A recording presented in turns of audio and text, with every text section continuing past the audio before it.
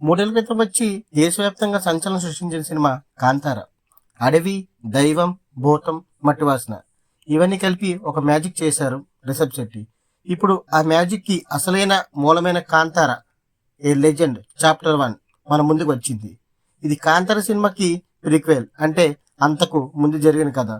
మరి ఈ కొత్త సినిమా ప్రేక్షకుల్ని మరోసారి కట్టిపడేసిందా, లేదా రిషబ్ శెట్టి మరోసారి దేవుళ్ళ దిగివచ్చి అద్భుతం సృష్టించాడా? అసలు కథ ఏంటో చూద్దాం.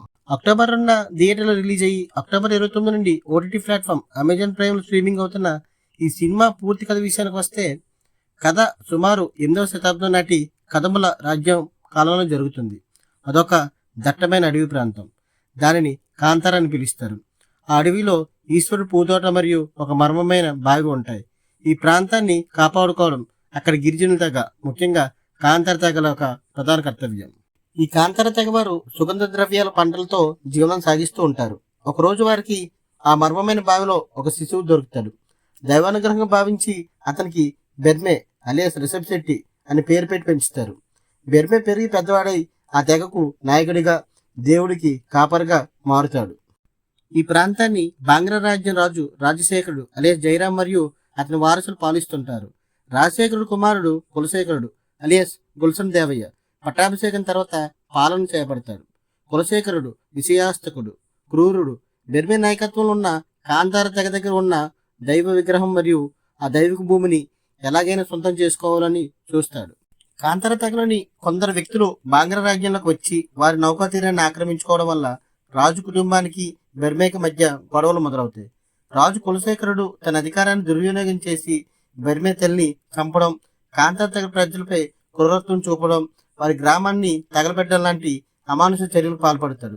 ఈ దౌర్జన్యానికి అడ్డుకోవడానికి, తమ ప్రజలను కాపాడుకోవడానికి బెర్మే తిరుగుబాటు చేస్తాడు. తన తెగకు జరిగిన అన్యాయం చూసి ఆవేశంతో బెర్మే శరీరంలోకి దైవం ప్రవేశిస్తుంది. దైవం పూనకంతో అతను భయంకరమైన పోరాటం చేసి కులశేఖరుని సంహరిస్తాడు. అయితే ఈ పోరాటం వెనక అసలు కథ, దైవానికి మరియు రాజులకు మధ్య జరిగిన ఒక పాత ఒప్పందానికి సంబంధించిన రహస్యం దాగి ఉంటుంది. ఆ దైవాన్ని, ఆ భూమిని కాజేయాలని చూసిన మోసకారి ఎవరో, మరియు ఆ దేవుడి విగ్రహం ఎందుకు 3 తెగలు కావాలనేది సినిమా చివరి ఘట్టంలో అర్థమవుతుంది. ముగింపులో ఇది తమ భూమి, దేవుడు మరియు హక్కుల కోసం ఒక అడవి బిడ్డ దైవశక్తితో చేసిన భీకర పోరాట కథే కాంతార లెజెండ్ చాప్టర్ 1. ఈ సినిమాకి ప్లస్ పాయింట్స్: రిషబ్ శెట్టి నటన. రిషబ్ శెట్టి డబుల్ ధమాకా చూపించారు. దర్శకుడిగా, నటుడిగా మెప్పించారు. ముఖ్యంగా దైవం శరీరంలోకి వచ్చే పూరకం సీన్లు అద్భుతం. తెరపై చూస్తున్నప్పుడు నిజంగా ఆయనలోకి దైవం దిగి వచ్చిందేమో అనిపిస్తుంది. ఆయన ఎనర్జీ, అంకిత భావం మెయిన్ హైలైట్. యాక్షన్ సన్నివేశాలు. సినిమా యాక్షన్ సన్నివేశాలు చాలా గ్రాండ్గా, పవర్ఫుల్గా ఉన్నాయి. యుద్ధ సన్నివేశాలు మరియు గుహలో జరిగే ఫైట్ విజువల్గా కట్టిపడేస్తాయి. కొన్ని చోట్ల బాహుబలి లాంటి భారీ చిత్రాలు గుర్తు చేస్తాయి. క్లైమాక్స్. మొదటి భాగం కాంతారకు ప్రాణం. క్లైమాక్స్ అదే రేంజ్లో అంతకు మించి గూస్ బంప్స్ తెప్పించే విధంగా ఈ క్లైమాక్స్ ఎపిసోడ్ ఉంటుంది. సాంకేతికత. సినిమాటోగ్రఫీ అద్భుతం. దట్టమైన అడవులు, మిస్టీరియస్ లొకేషన్లు చాలా అందంగా చూపించారు. విఎఫ్ఎక్స్ వర్క్ కూడా బాగుంది. ముఖ్యంగా జంతువులు సన్నివేశాలు సహజంగా అనిపిస్తాయి. ఈ సినిమాకు మైనస్ పాయింట్లు: ఫస్ట్ హాఫ్ కథను నెమ్మదిగా మొదలుపెట్టడం, రాజుల నేపథ్యాన్ని వివరించడానికి ఎక్కువ సమయం తీసుకోవడంతో ఫస్ట్ హాఫ్లో కాస్త నెమ్మదిగా అనిపిస్తుంది. ఇంటర్వ్యూల ముందు మాత్రమే వేగం పుంజుకుంటుంది. సంగీతం. గత కాంతారలో ఉన్నంత కొత్తదనం, మ్యాజిక్ సంగీత విషయంలో ఈసారి కొరవడింది. కొన్ని పాత ట్యూన్లే వాడినట్లు అనిపిస్తుంది. చివరిగా మొదటి భాగం కాస్త నెమ్మదిగా ఉన్న రిషబ్ శెట్టి నటన, హై వోల్టేజ్ యాక్షన్ సీక్వెన్సెస్లు మరియు క్లైమాక్స్ ఎమోషన్ సీన్స్ కోసం ఈ సినిమాను ఖచ్చితంగా చూడాలి.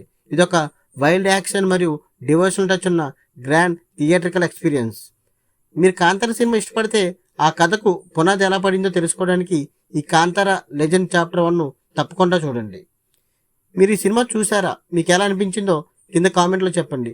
ఈ వీడియో నచ్చితే లైక్ చేయండి, మీ ఫ్రెండ్స్కు షేర్ చేయండి, మరియు ఇలాంటి మరిన్ని రివ్యూల కోసం మా ఛానల్ని సబ్స్క్రైబ్ చేసుకోండి.